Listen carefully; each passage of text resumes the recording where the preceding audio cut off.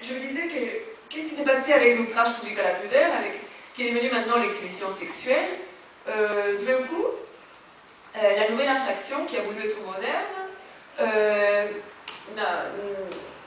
maintenant, elle n'interdit pas la sexualité dans tout l'espace public. C'est pour ça qu'on a... maintenant, publicité et sexualité ne sont plus des choses opposées comme dans le passé.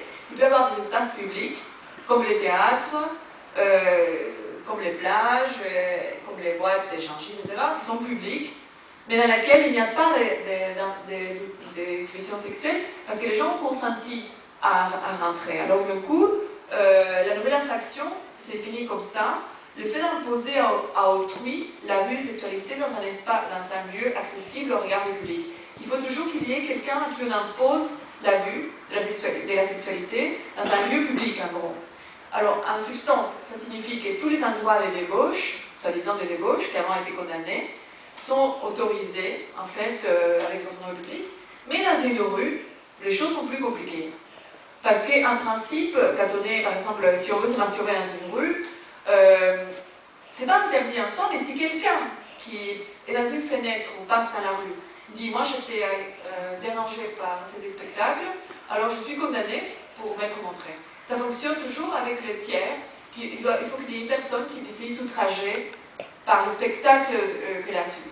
Alors du même coup, comme les débauchés, en fait, ont leur espace, j'ai utilisé débauchés dans le sens comme les juges l'utilisaient à l'époque, les débauchés ont leur place au soleil, en gros, tandis que les exhibitionnistes, les pauvres exhibitionnistes, maintenant, sont l'objet de cet article, parce que, justement, vous savez que les exhibitionnistes, avant, ils étaient très bien traités par les juges, à la fin du 19e, quand en fait, il y a eu tout ce truc avec l'outrage public à la pudeur, les juges ont demandé aux psychiatres de dire, ces pauvres gens, qui sont des malades, ils exhibent comme ça, mais ils n'ont même pas d'érection, ils veulent aller faire peur à quelques bosseurs, à sortir d'un couvent, enfin, ils réitéraient tout le temps la même chose. Alors il y a eu des descriptions. La première description d'un exhibitionniste a été faite à la main des juges qui voulaient ne pas leur appliquer les peines pour dire plus la pudeur, qui voulaient être doux avec eux parce que c'était des pauvres malades. Alors ils disaient, nous, on veut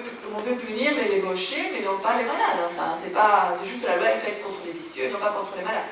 Alors du coup, il y a eu toute la théorie de la perversion qui était en plein essor à l'époque, à la fin du 19e, il y a des descriptions formidables des exhibitionnistes. Alors du coup, ils avaient toujours plus ou moins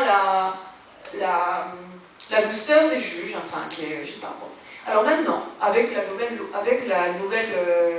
le nouveau contexte sexuel, dans lequel maladie mentale et crimes sont associés, ou dans lesquels les débauchés ont leur place au soleil pour faire des partous, pour faire ce qu'ils veulent dans les espaces publics.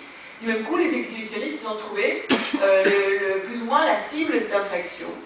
Et il y a eu une loi en 1998 qui s'appelle le suivi socio-judiciaire des criminels et des migrants sexuels. Et qui, en plus, non seulement ils sont punis, c'est une peine qui n'est pas très importante, mais ils sont obligés d'un suivi socio-judiciaire parce qu'on pense que l'exhibitionniste, même s'il a l'air inoffensif, il peut devenir demain un criminel, violeur, etc. Du même coup, voilà, ils se sont trouvés, les pauvres exhibitionnistes, c'était comme la cible nouvelle de cette infraction. Et voilà. Alors juste pour revenir, je vais terminer avec ça pour qu'on puisse discuter, je veux dire que finalement, ce qui est intéressant, c'est de voir que le fait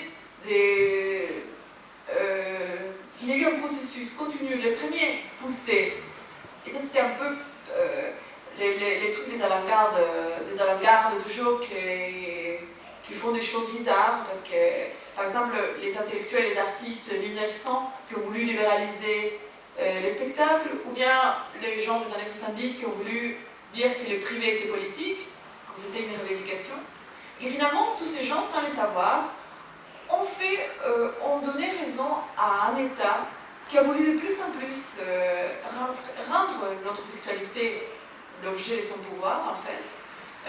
C'est-à-dire que de rentrer de plus en plus dans la vie privée.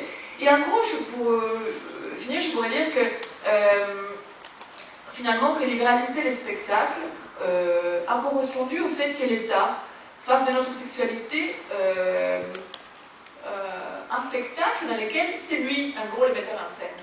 C'est un peu le paradoxe de ces mouvements. Moi, je vous dis avant même qu'on commence à discuter, je ne fais pas du tout l'apologie de l'ordre ancien. Simplement, je pense qu'il faut sans doute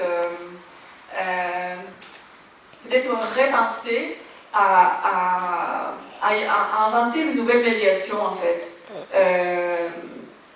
entre l'État et les individus. Bon, ça c'est plutôt ça c'est pour que les politiques réfléchissent plutôt à ce qu'il faudrait faire, mais je ne crois pas qu'ils soient mécontents de toute manière, eux. Voilà.